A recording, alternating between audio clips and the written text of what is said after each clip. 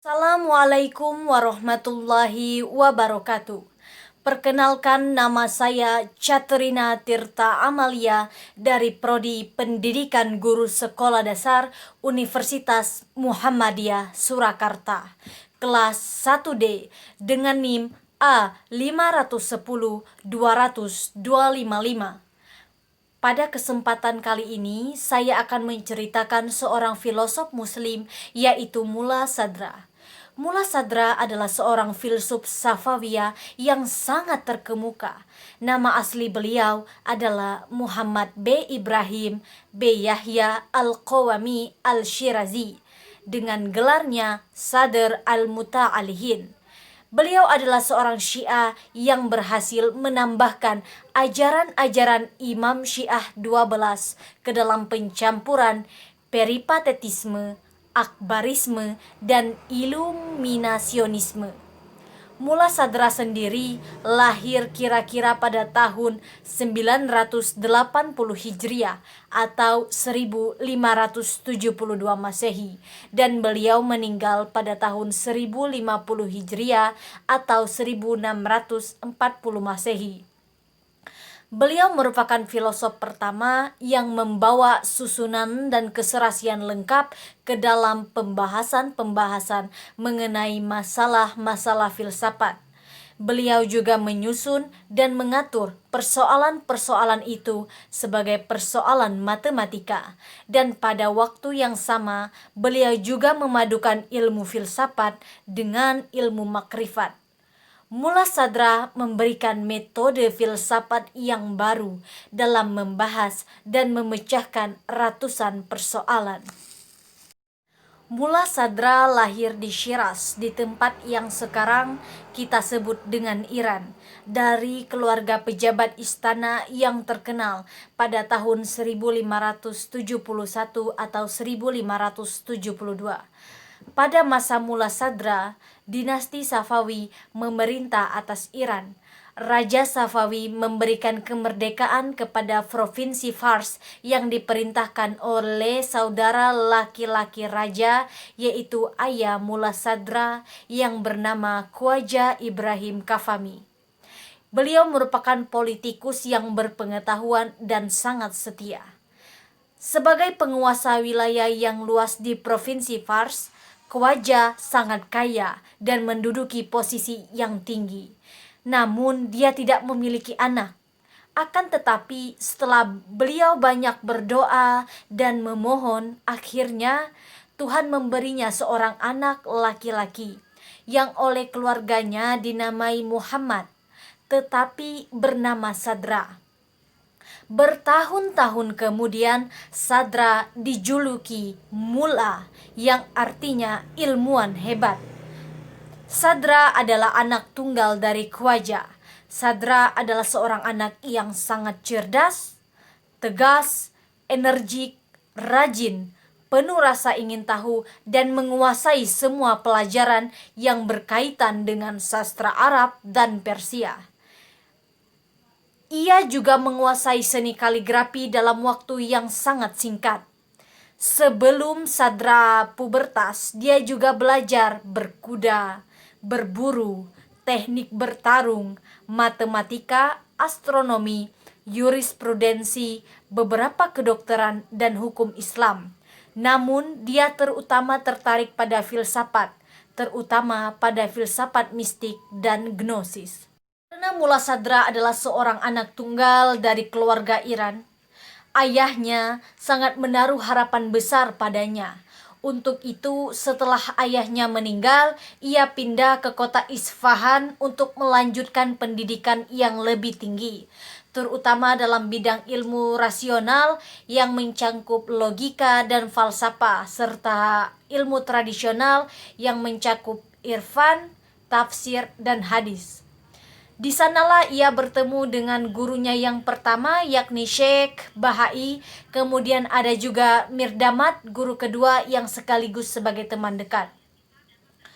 Mulla Sadra menjadi master ilmu pada masanya. Dalam pandangannya sendiri, yang terpenting adalah filsafat. Di Kasvin, Sadra memperoleh sebagian ilmu keilmuannya dari dua guru terkemuka, yaitu Baha ad-Din al-Amili dan Mirdamad.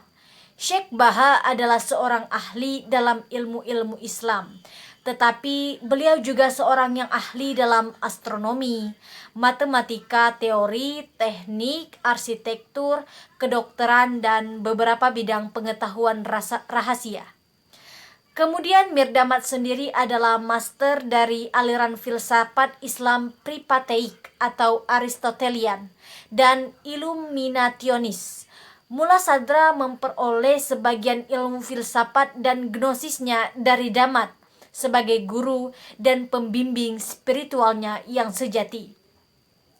Setelah ia menyelesaikan studinya, Sadra mulai mengeksplorasi doktrin-doktrin yang tidak ortodoks, dan sebagai akibatnya beliau dikutuk atau dikucilkan oleh beberapa Syiah ulama. Kemudian beliau pensiun untuk jangka waktu yang lama di sebuah desa bernama Kahak dekat Qom, di mana beliau melakukan latihan kontemplatif. Selama di Kahak, ia menulis sejumlah karya kecil, termasuk Risalah fi Ihas dan Risalah fi Hudud al-Alam. Kemudian pada tahun 1612, Ali Kulikan, putra dari Ali Wirdikan dan gubernur Fars yang berkuasa, meminta Mula Sadra untuk meninggalkan tempat pengasingannya dan kembali ke Syiraz untuk mengajar dan menjalankan madrasah baru yang didedikasikan untuk ilmu-ilmu intelektual. Ia meninggal di Basra setelah haji dan dimakamkan di kota Najaf, Irak saat ini. Selama waktu di Syiraz, Sadra mulai menulis risalah yang mensintesis berbagai macam sistem pemikiran Islam yang ada. Ide-ide sekolahnya yang dapat dilihat sebagai kelanjutan dari sekolah Isfahan, Mirdamad dan Syekh Bahai disebarluaskan oleh murid-muridnya. Beberapa di antaranya akan menjadi pemikir yang dicari dalam hak mereka sendiri, seperti Mulla Muhsin Fai Kashani, yaitu menantu Mula Sadra, dan Abdul Razak Lahiji. Meskipun pengaruh Sadra tetap terbatas pada generasi-generasi setelah kematiannya, pengaruh itu pun meningkat tajam setelah abad ke-19, yakni ketika ide-idenya itu membantu mengilhami kecenderungan Akbar yang dipengaruhi dalam dua belah Syiah. Belakangan ini karyanya juga banyak dipelajari di Iran, Eropa, serta Amerika. Dan selanjutnya saya akan membahas ide-ide dari Mula Sadra. Ada eksistensialisme. Meskipun eksistensialisme yang didefinisikan saat ini tidak identik dengan definisi Mula Sadra, dialah yang pertama kali memperkenalkan konsep tersebut.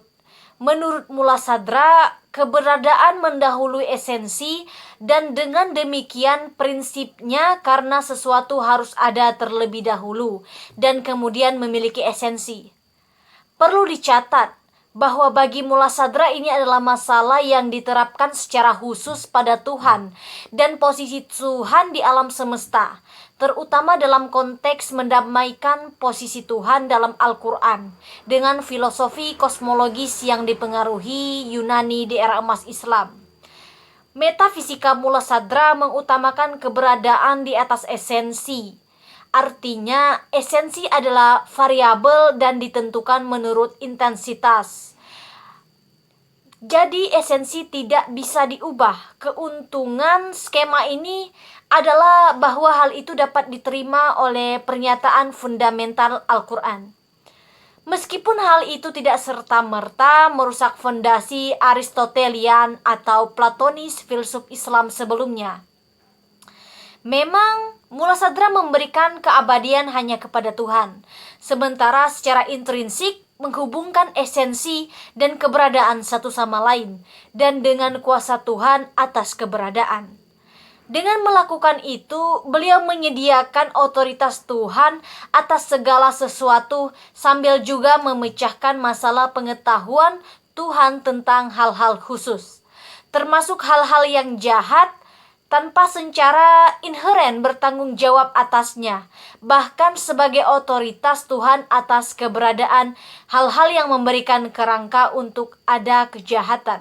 Solusi tersebut sendiri memberi kebebasan berkehendak, supremasi Tuhan, ketidakterbatasan pengetahuan Tuhan, keberadaan kejahatan dan definisi keberadaan, dan esensi yang meninggalkan keduanya, terkait erat sejauh menyangkut manusia, tetapi secara fundamental terpisah sejauh menyangkut Tuhan. Mungkin yang paling penting keunggulan keberadaan menyediakan kapasitas untuk penghakiman Tuhan. Tanpa Tuhan, secara langsung atau tidak langsung dipengaruhi oleh kejahatan yang dihakimi. Tuhan tidak perlu memiliki dosa untuk mengetahui dosa. Tuhan mampu menilai intensitas dosa sebagaimana Tuhan memandang keberadaan. Ide lainnya dari Mula Sadra ada truth. Bagi Mula Sadra, pernyataan yang benar adalah pernyataan yang benar atas fakta-fakta konkret yang ada. Dia memegang ide metafisik dan bukan ide formal tentang kebenaran, mengklaim bahwa dunia terdiri dari objek-objek yang tidak bergantung pada pikiran yang selalu benar, dan kebenaran bukanlah apa yang dapat diterima secara rasional dalam teori deskripsi tertentu. Dalam pandangan Mula Sadra, seseorang tidak dapat memiliki akses ke realitas keberadaan, hanya analisis linguistik yang tersedia. Teori kebenaran ini memiliki dua tingkatan. Yang pertama, klaim bahwa proposisi adalah benar jika sesuai dengan hal-hal dalam kenyataan. Dan yang kedua, bahwa proposisi dapat menjadi benar jika sesuai dengan yang sebenarnya. Baiklah, sekian video singkat yang dapat saya sampaikan tentang Mula Sadra. Semoga apa yang telah saya sampaikan tadi dapat bermanfaat bagi teman-teman semua. Mohon maaf apabila dari penyampaian materi saya tadi ada salah kata atau informasi. Saya akhiri, wassalamualaikum warahmatullahi wabarakatuh.